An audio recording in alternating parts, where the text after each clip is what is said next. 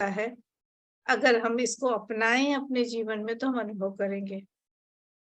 समता, समभाव, अपने आप ही लगता है ये समभाव, ऐसे भाव को हृदय में लाना, उसको अपने व्यवहार में अपनाना, सामान्य गुण तो हो ही नहीं सकता ना।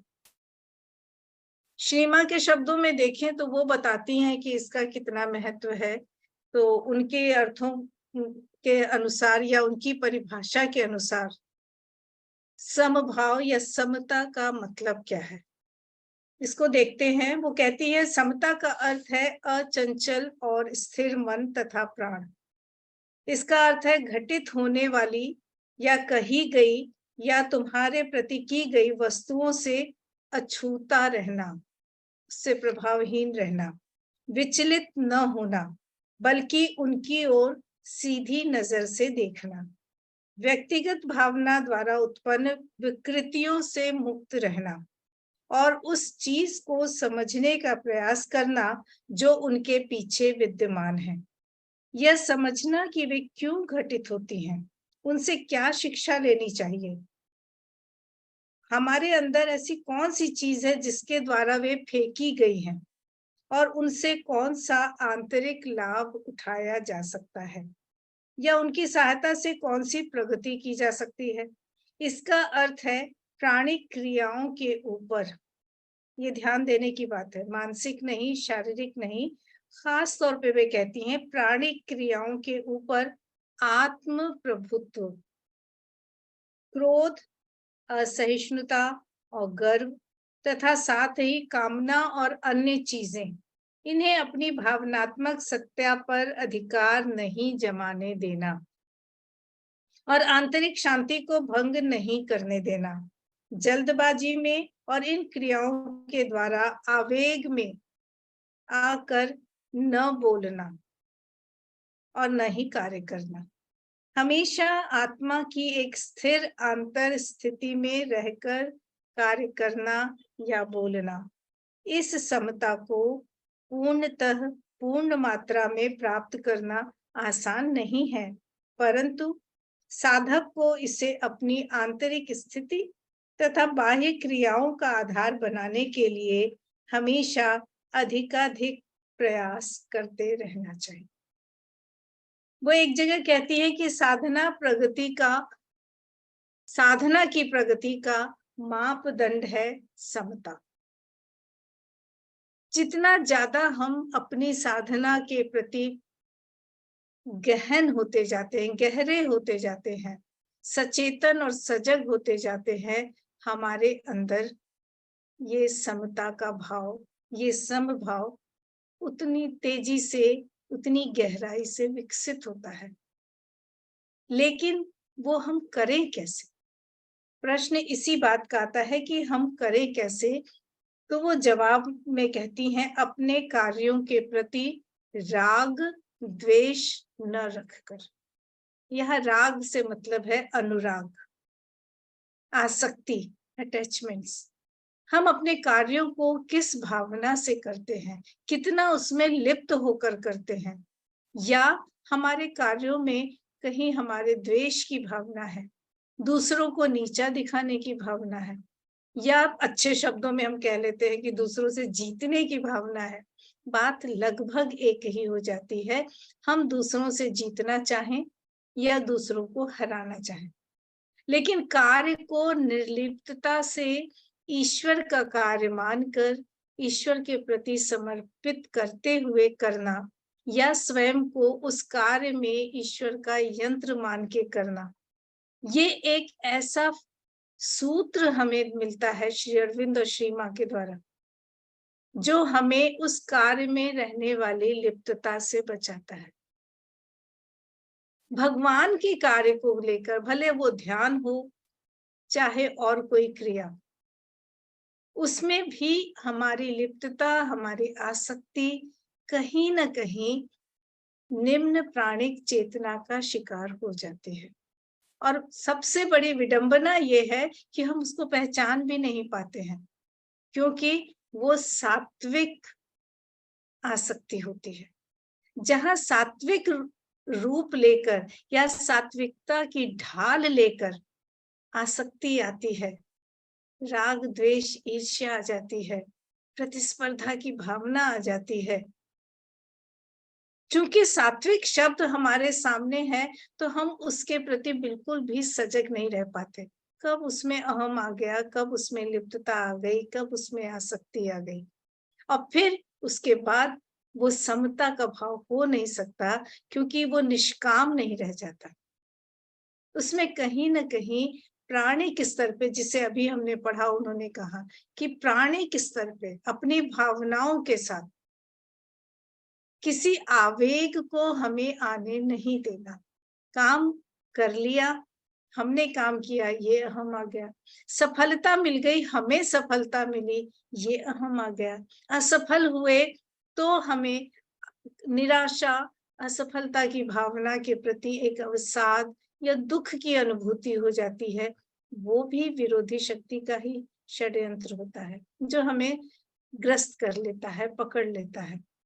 तो समभाव वहां नहीं हो सकता जब तक कि हम कार्य को ईश्वरीय यंत्र बनकर नहीं करते, जब तक हम अपने वैचारिकता को, अपनी मानसिकता को ईश्वर के साथ जोड़ कर नहीं रखते।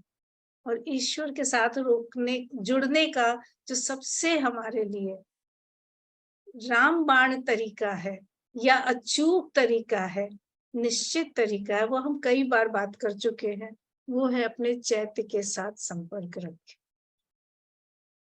तो चाहे हम इसको इन शब्दों में कहें कि हम साधना में आगे बढ़ रहे हैं, चाहे हम ये कहें कि इन 12 गुणों से, जो कि हमारे भौतिक जीवन को रूपांतरित करने के लिए, दिव्य जीवन में रूपांतरित करने के लिए इन गुणों की आवश्यकता है, उनमें से ये कितना महत्वपूर्ण गुण है, आज हम वही देख रहे हैं।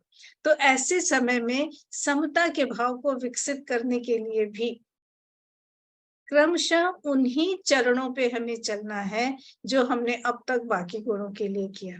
लेकिन निश्चित तौर पे ये गुण जो है, इस क्रमिक गतिशीलता की थोड़ी ऊंची सीढ़ी बन जाता है, क्योंकि यहाँ तक आने पर हम अपने मन, प्राण, शरीर तीनों पे कार्य करते हुए पहुंचे हैं। काफी कुछ हो सकता है कि जब हमने बाकी गुणों को विकसित करने का निरंतर प्रयास किया है, सजग और सचेतन प्रयास किया है, तो कहीं ना कहीं हमारा संपर्क अपने चैत्य से निरंतर होता रहा है। और जब चैत्य के संपर्क के हम आदी बन जाते हैं, उसका मार्गदर्शन हमें मिलने लगता है, उस मार्गदर्शन के लिए हम ग्रहणशील हो जाते हैं, तो निश्चित तौर पे ये तीनों ही यंत्र हमारे उसके यंत्र बन जाते हैं, और जो कि ईश्वरीय संपर्क से जुड़ा हुआ है, उस चैत्य के यंत्र बनते हैं। तो अपने आप निम्न प्राणिक या निम्न मानसिक चेतना से हम थोड़ा ऊपर उठेंगे ही उठेंगे। आवश्यकता है उस उत्कर्ष को, चेतना की उस ऊंचाई को समझने की, उसके प्रति सजग रहने की और उसे बनाए रखने के प्रयास की। वैचारिक दृष्टि से सामने वाली क्रियाओं के प्रति हम किस तरह से प्रतिक्रिया कर बैठते हैं, किसी भी, चाहे वो खुशी का क्षण हो, उसमें हम एक्साइटेड हो जाते हैं, जोश में आ जाते हैं।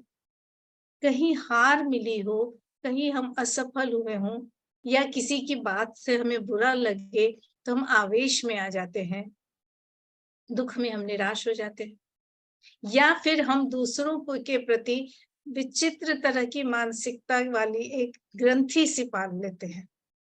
लोगों की निंदा में हमें रस मिलने लगता है, बहाना हम प्रतिक्रिया का ले लेते हैं, दूसरों को दोष देते हैं, लेकिन हमारी अपनी क्रियाएं निम्न प्राणिक चेतना या निम्न मानसिक या सामान्य भौतिक मन के कंट्रोल में, उनके नियंत्रण के वशीभूत होती हैं, और हम उस समय सचेतन नहीं रह पाते। अगर हमने अपने मन को नियंत्रित किया है, प्रशिक्षित किया है, तो हम सामने की घटना के प्रति समभाव रख सकते हैं, क्योंकि प्रतिक्रिया में हमारा नियंत्रण है कि हम प्रतिक्रिया करेंगे या नहीं करेंगे, और करेंगे तो किस रूप में करेंगे। हम आवेश को अपने पास नहीं आने देंगे। कहते हैं एक महिला एक बार ऑटो में कहीं जा रही थी और सामने से एक बड़ी गाड़ी वाला कोई व्यक्ति आ रहा था, जिससे कि टकराहट होते होते उसी बच गई। लेकिन उस गाड़ी वाले चालक को, जो कि निश्चित रूप से एक धनी व्यक्ति था, उसके मन में और चेहरे पे एक रुआब था कि वो इतनी बड़ी गाड़ी का मालिक है। वो उतर गया और उसने ऑटो वाले को बहुत अपशब्द कहे, बहुत चिल्लाया, बहुत गुस्सा किया। ऑटो में सवार महिला देख रही थी कि ऑटो वाले की कोई गलती नहीं है, और उसका मन हो रहा था कि ये ऑटो वाला कुछ कहे तो मैं इसका साथ दूंगी। लेकिन वो देख के दंग रह गई कि उस ऑटो वाले ने सिर्फ उस गाड़ी वाले को देखा, चुपचाप उसकी बात थोड़ी देर सुनी, और जैसे ही रास्ता मिला, मुस्कुराते हुए अपना ऑटो घुमा दिया। ये महिला सोचती रही कि इसने कुछ कहा क्यों नहीं, फिर उनसे नहीं रहा गया, उन्होंने कह ही दिया, भाई उसने ना तुमको बुरा भला कहा, तुम्हारी तो गलती भी नहीं थी, तुमने कुछ कहा क्यों नहीं? अगर तुम कहते तो मैं भी तुम्हारे सहयोग में, समर्थन में खड़ी होती। उस ऑटो चलाने वाले ने कहा कि मैडम, पता नहीं उस बेचारे का दिन आज कैसा बीता है।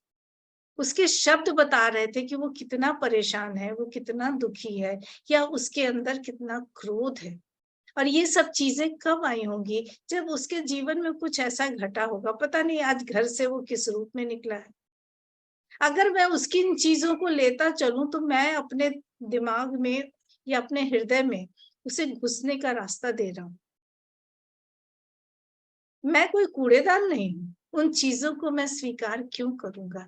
इसलिए मैंने बस उसकी ओर देखा और मन ही मन सोचा, बेचारा परेशान। हमारे पास कहाँ समय है कि हम इस कूड़ा करकट को अपने अंदर आने दें? और वो महिला दंग रह गई। क्या ये एक नियंत्रित मन की, एक अचंचल मन की, एक शांत या थोड़े ऊंची चेतना वाले प्राण की संकेत करने वाली घटना नहीं है? अगर वो तुरंत प्रतिक्रिया करता तो लाख वो सही था, लेकिन उतनी देर का जो वातावरण होता, वो लड़ाई झगड़े का, वो कहीं ना कहीं हमारी चेतना को तो प्रभावित करता ही।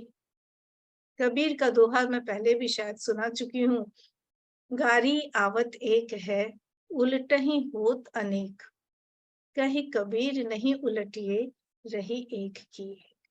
आने वाली बुराई को अगर हम प्रतिक्रिया न दें तो वो अकेली रह जाती है, जितनी आती है बस उतनी ही। लेकिन हमारी प्रतिक्रियाएं उसे विस्तार देती हैं, उसे व्यापक बनाती हैं।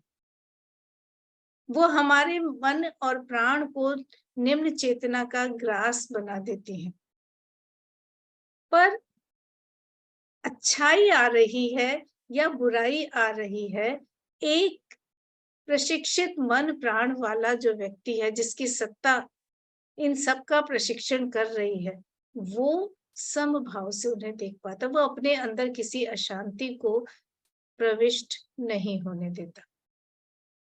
पर निश्चित रूप से ये इतना आसान नहीं है, हमको इसका अभ्यास तो करना ही पड़ता है, और समभाव के लिए अभ्यास करना बहुत जरूरी है। मुझे याद है त्यागी जी का एक बार हम लोगों ने अटेंड किया था, नैनीताल में स्टडी कैंप में हम लोग गए थे, तब मैं मदर स्कूल में पढ़ाती थी। और वो छोटी छोटी बातें बताते थे और बहुत ही अच्छा लगता था मुझे। वो एक जगह उन्होंने बोला था, सुख सपना दुख बुलबुला, दोनों है मेहमान, सबका स्वागत कीजिए जो भेजे भगवान। ये स्वागत करने वाली स्थिति जो है, क्या वो हमारी स्वीकृति, हमारी एक उच्च स्तरीय ग्रहणशीलता नहीं, भगवान के प्रति आस्था नहीं है? क्या हम उन आने वाली हर परिस्थिति को भगवान द्वारा भेजी जाने वाली कृपा के रूप में नहीं देख सकते? क्या हमें उसे स्वीकार करने की क्षमता अगर प्राप्त हो जाए, तो क्या वो अच्छी ग्रहणशीलता नहीं है? क्या हम सच्चे ग्रहणशील नहीं बन रहे हैं? लेकिन उसको कब करेंगे? जब हमारे लिए वो सुख का सपना दुख का बुलबुला एक समान हो जाए। अर्थात हमें जब वो सत्य या वो ज्ञान का अनुभव हो जाता है कि कुछ भी स्थायी नहीं है, ये सुख जो है इसके साथ ही आने वाले दुख के लिए भी समर्पण भाव, स्वीकृति भाव, एक तैयारी हमारे अंदर हो जानी चाहिए। ना कि हम सुख में इस तरह से लिप्त हो जाएं कि एक्साइटमेंट के साथ हम वो क्षण यूं ही बिता देते हैं और अपने अस्तित्व को ही भुला देते हैं। वो हमें नहीं करना है। हमें ध्यान रखना है उस बात का कि ये सब ईश्वर का रूप है। ज्यादा हम परेशान कब होते हैं? दुखों के प्रति, कठिनाइयों के प्रति। उस समय हम एक तरह से बिल्कुल ही स्वयं को ईश्वरीय सत्ता से, ईश्वरीय उपस्थिति से काट देते हैं और वो हमें बिल्कुल भटका देता है, दिशा भ्रमित कर देता है। योग पथ तो दूर, सामान्य जीवन को रूपांतरण की भावना से भी हटा देता है। हम भूल ही जाते हैं कि हमारे जीवन का उद्देश्य क्या है। हर दुखों में इधर-उधर सहायता खोजते हैं, ये भूल जाते हैं कि ये जो दुख आ रहा है, ये जो कठिनाइयाँ आ रही हैं, संभवतः ईश्वर द्वारा भेजी गई वे सीढ़ियाँ हैं, जो हमें ऊँचाई पे उठाएँगी। एक संत थे, जिनके पास लोगों को जाके बड़ी शांति मिलती थी। अपनी सारी समस्या उनके पास कह के बता के और उन्हें कोई ना कोई समाधान मिल जाता था, वे खुश थे। संत भी बड़े शांत थे, बड़े ही स्नेही थे, सबका भला करते थे। लेकिन धीरे-धीरे उनके अंदर ये भाव उठा कि अरे मेरी अपनी साधना का क्या होगा? ये तो ईश्वर का काम है ना, ये लोग तो कभी भी संतुष्ट नहीं होते, इनको तो मैं कभी भी शांत नहीं कर पाता हूँ। एक समस्या का समाधान होता है, दूसरी में आ जाते हैं, तीसरी में आ जाते हैं और एक तरह से सब उन पर निर्भर करने लगे थे। उनके अंदर में ये सजगता आ गई थी कि कहीं मैं इस समाज सेवा के इस सात्विक अहम का शिकार ना हो जाऊं। उन्होंने मन ही मन ईश्वर से प्रार्थना की कि हे ईश्वर मुझे यहाँ से मुक्त करो और इन सबको आप ही देखो। और वो चुपचाप बिना किसी से कहे कहीं चले गए। लोगों ने देखा संत गायब है। वो बड़े ही निराश हो गए, परेशान हो गए कि हे भगवान अब हम किससे अपने दुख बांटेंगे। बहुत ही व्याकुल थे। एक व्यक्ति था जिसको कहीं से पता चल गया कि वो संत महाशय कहाँ जाके रह रहे हैं, कहीं एकांत में जाके जंगल में रहने लगे थे। उसने इन लोगों का दुख देखा, उसके अंदर भी थोड़ी-सी सहायता की भावना आई, करुणा जगी। उसने कहा कि मुझे पता है संत कहाँ हैं। सब कहने लगे हमें ले चलो, हमें बताओ कहाँ है? कहा नहीं बिना पूछे बताना ठीक नहीं। उनसे पूछा वो आजकल टालते रहे, फिर एक बार देखा कि ये पीछा नहीं छोड़ेंगे, तो कहा अच्छा ठीक है अमुक दिन अमुक जगह पर ले आओ। सब लोग पहुंचे उनके पास उनसे मिलने। उन संत ने सबको बैठाया, थोड़ी देर आंखें बंद की, प्रार्थना की और फिर कहा अच्छा भाई मैं आप लोगों से हमेशा नहीं, ये आखिरी मुलाकात है, इसके बाद मैं माफी चाहूंगा, पर आज मैं कोशिश करता हूँ आखिरी कि आप लोगों को शांत कर सकूं। और सबको एक कागज और कलम दी गई और कहा गया अपने सारे दुखों को लिख डालो। इतने दुख थे, इतने दुख हैं जीवन में कि लोग लिखते गए, सबके पन्ने जो थे वो भर गए। दुखों की, कठिनाइयों की लंबी सूची सबके पास थी। सामने एक टोकरी रखी थी, संत ने कहा यहाँ डाल दीजिए। सबने उठ के अपनी-अपनी चिट जो थी उसमें डाल दी। किसी ने उसपे किसी नाम नहीं लिखा था। संत महाशय फिर आंख बंद करके बैठ गए, सबसे कहा प्रार्थना कीजिए, ईश्वर को याद कीजिए। थोड़ी देर बाद सबकी आंखें खुली, उन्होंने कहा अब एक-एक करके उठिए और उस टोकरी में से कोई एक पर्ची उठा लीजिए। जिसके हाथ में जो पर्ची आए वो उठा ले।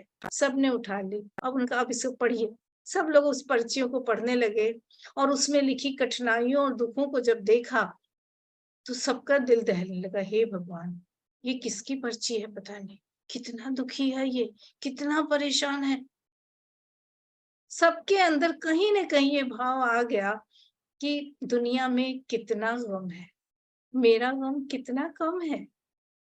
क्योंकि सबको लगा कि मैं तो अपने को ही समझ रहा था, ये दुःख कैसा है? ये बेचारा तो मुझसे भी ज़्यादा परेशान है। थोड़ी देर में संत ने फिर आँखें खोल के कहा, सब ध्यान से सुनो। मैं आपके दुखों को दूर नहीं कर सकता क्योंकि जीवन में दुःख का आना अवश्यंभावी है।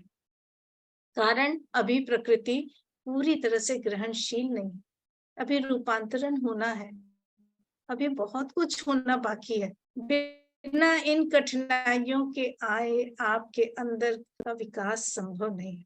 पर हाँ, मैं इतना कर सकता हूँ कि आपके दुखों को बदल सकता हूँ। और कहा कि जिसके हाथ में जो चिट्ठाई है, जो सूची है दुखों की, आप उन्हें देखिए और आप में से कौन है जो अपने दुखों से इन दुखों को बदल सकता है। मैं ये कर सकता हूँ। कुछ ऐसा हुआ कि कोई भी राजी नहीं हुआ। सबको लगा कि नहीं नहीं, हमारी जो अपनी कठिनाई वही ठीक है। और सबके अंदर ईश्वर के प्रति एक विश्वास, एक कृतज्ञता आई कि तुमने मुझ पे बड़ी कृपा की है, कम से कम औरों से कम दुख दिया है मुझे। असल में होता क्या है, माँ ये कहती है कि किस आत्मा को यहाँ आके किन अनुभवों से गुजरना है, जो उसके विकास के लिए, जो दुनिया के इस दिव्य रूपांतर के लिए, ये रूपांतरण की प्रक्रिया के लिए जरूरी है। कौन किस चीज का माध्यम बनेगा, ये सब कुछ पूर्व निर्धारित है। और उसी के हिसाब से हमारे जीवन की लीला, हमारे जीवन की पूरी कहना चाहिए उसका विधान ईश्वर ने तय कर रखा है। लेकिन हम अज्ञानता के कारण, अबोधता के कारण नहीं ले पाते हैं, इसको समझ नहीं पाते, इसको स्वीकार नहीं कर पाते। आवश्यकता है स्वीकार करने की। ऐसा नहीं है कि समभाव हमारे स्वीकारने से आएगा, लेकिन ये कुछ प्रक्रियाएं ऐसी हैं, ये रास्ते कुछ ऐसे हैं कि धीरे धीरे इनसे मिलने वाला प्रशिक्षण, इससे मिलने वाला अनुभव हमारे मन और प्राण की चेतना को विकसित कर देता है और इससे हम धीरे धीरे आगे बढ़ते हैं।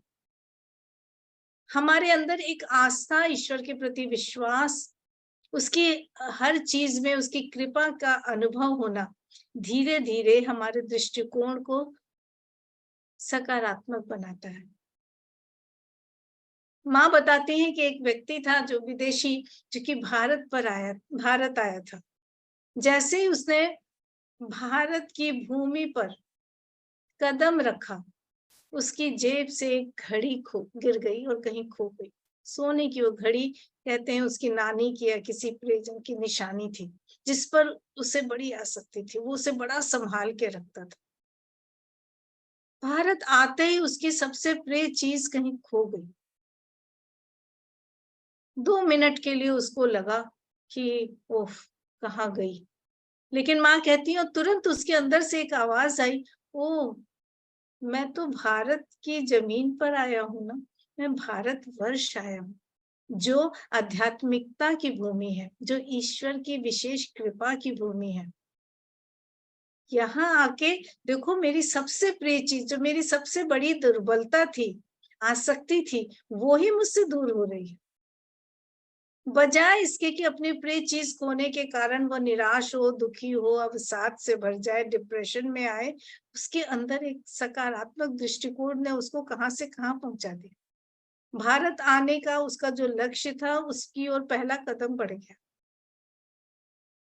किसी चीज के प्रति एक सकारात्मक, एक पॉजिटिव एटीट्यूड लाना, दृष्टिकोण को विकसित करना, निश्चित रूप से हमारे मन प्राण को शांत करता है। उसमें एक नियंत्रण की भाव, एक सहनशीलता का भाव लाता है। और ये ही संयमी मन, अचंचल मन या आसक्ति विहीन जो प्राण है, वो ही धीरे धीरे समता का भाव अंदर विकसित करेगा। हम चीजों को देखने लगते हैं इस दृष्टि से कि वो जो भी है वो आया है, वो जाएगा। अगर सुख है तो भी कोई बात नहीं, दुख है तो भी एक कारण है, और ईश्वर से भेजा गया प्रसाद है, उनकी कृपा है। तो उसको हमें किस तरह से रखना है, इसी आसक्ति को हमें धीरे धीरे दूर करना है।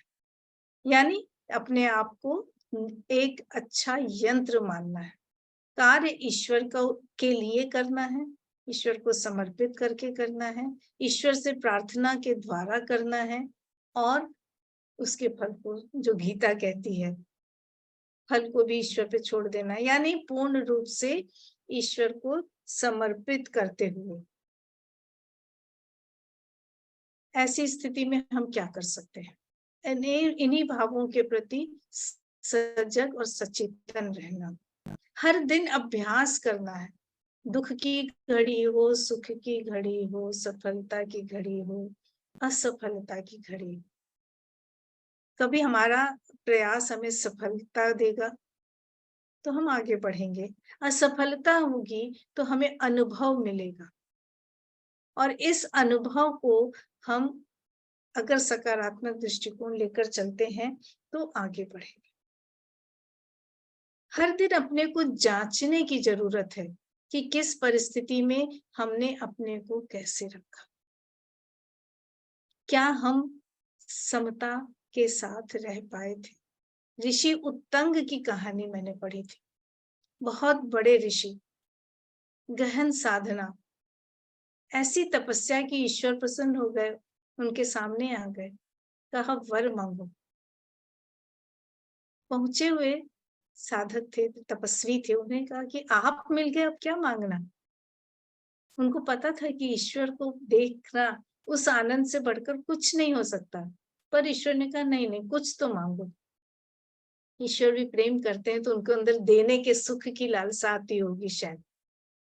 उन्होंने कहा मैं क्या मांगू आपसे, चलिए यही दे दीजिए कि मुझे कभी किसी चीज का अभाव ना हो।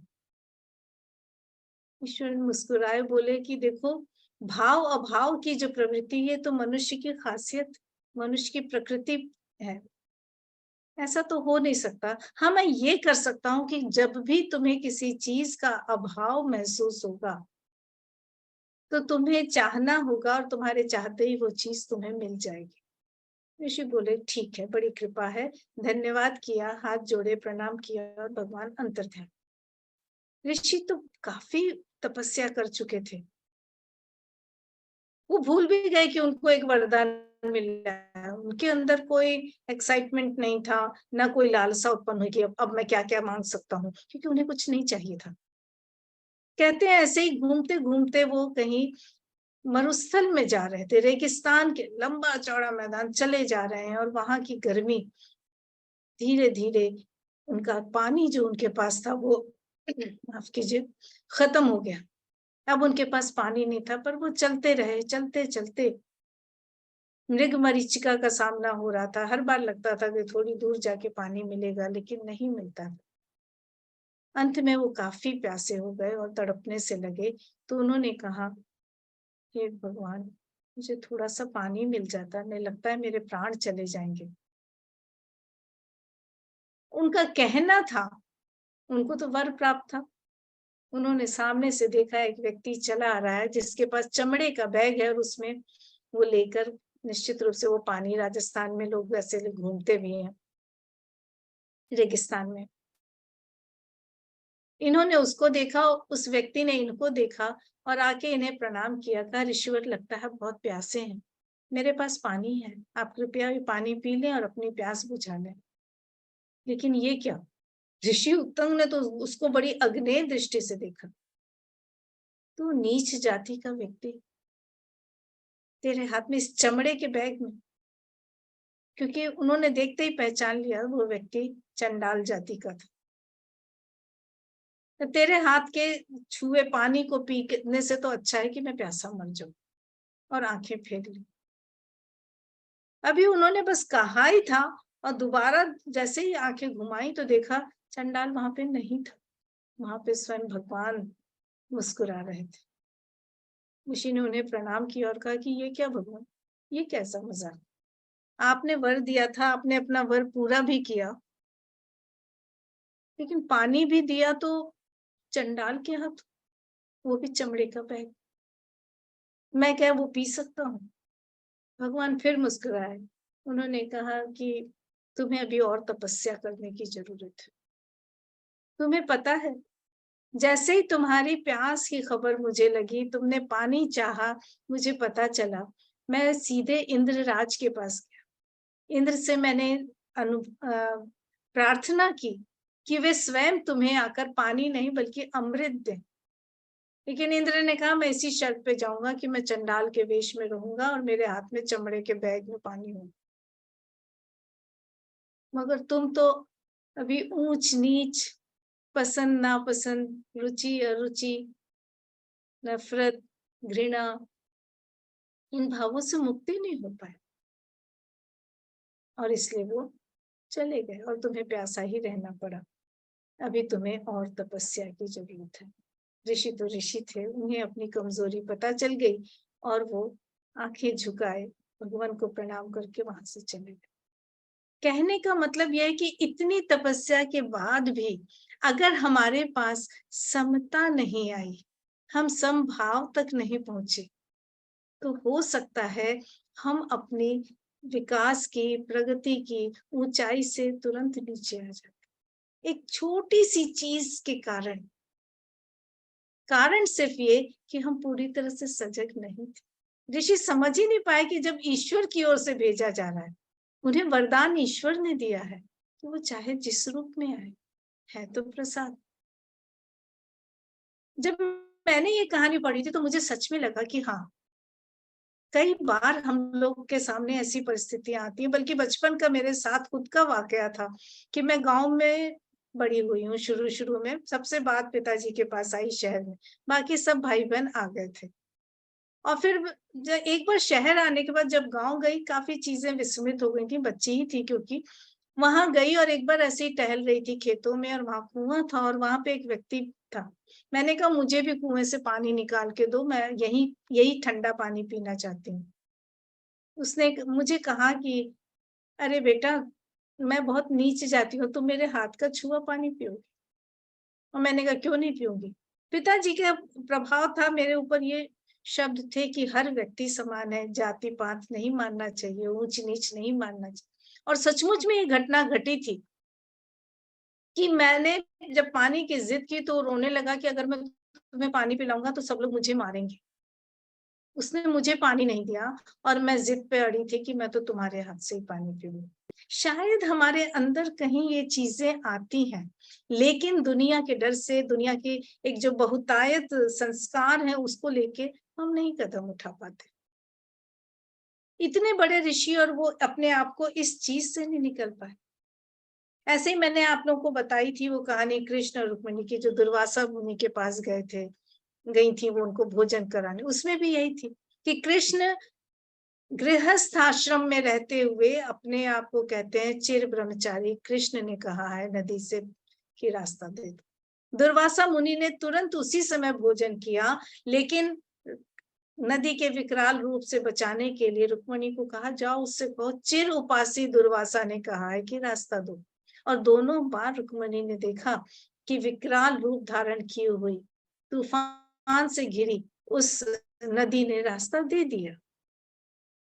कहानियां तो ये छोटी छोटी होती हैं, साधारण शब्द हमें लगते हैं, लेकिन सचमुच तो लगता यही है कि कृष्ण जो कि योगी ही थे, योगेश्वर कृष्ण थे, सब कुछ करते हुए मानव योनि में आकर स्वयं को हर परिस्थिति में रखते हुए भी योग के स्तर पे, योग के भाव में सारे कर्म करते हुए, इसलिए कर्म योगी।